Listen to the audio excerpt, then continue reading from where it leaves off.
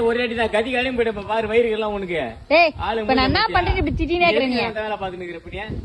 உனக்கு விஷயம் தெரியாதா? பக்கத்து வீட்டு தினேஷ் பையன் எல்லாம் எப்படி ஆபீசர் பாருமே அப்படியே ட்ரெஸ் எல்லாம் போட்டு டிப் டாப்பா போறான்.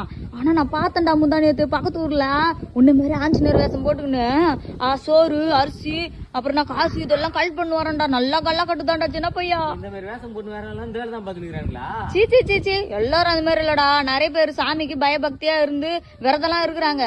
ஆனா நம்புற மாதிரி பிள்ளைங்க பசங்க தான் இந்த மாதிரி எல்லாம் பண்ணுகிறாங்க. என்னடா என்ன ஒரு வருஷத்துல துணிட்டு போய் சுடுகாட்டுல பாத்துக்குவேன். நீ பண்ற பாத்துல என் பிள்ளைல வேற வந்து சேரும். அங்கதான் இருக்குது அம்மாவோட மாஸ்டர் பிளானு தெரியுமா?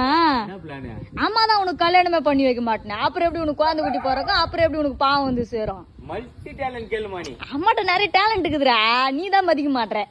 வா வா, அவன் வெளியூர் ஃபுல்லா காசு கலெக்ட் பண்ணானா நம்ம உள்ளூர்லயே கல்லா கட்டுண்டா. வாடா. அதான் வெளியூர்காரன் நம்ம மூஞ்சில காரி துப்பா. உள்ளூர்காரனே துப்பிட்டா என்ன சொல்ற?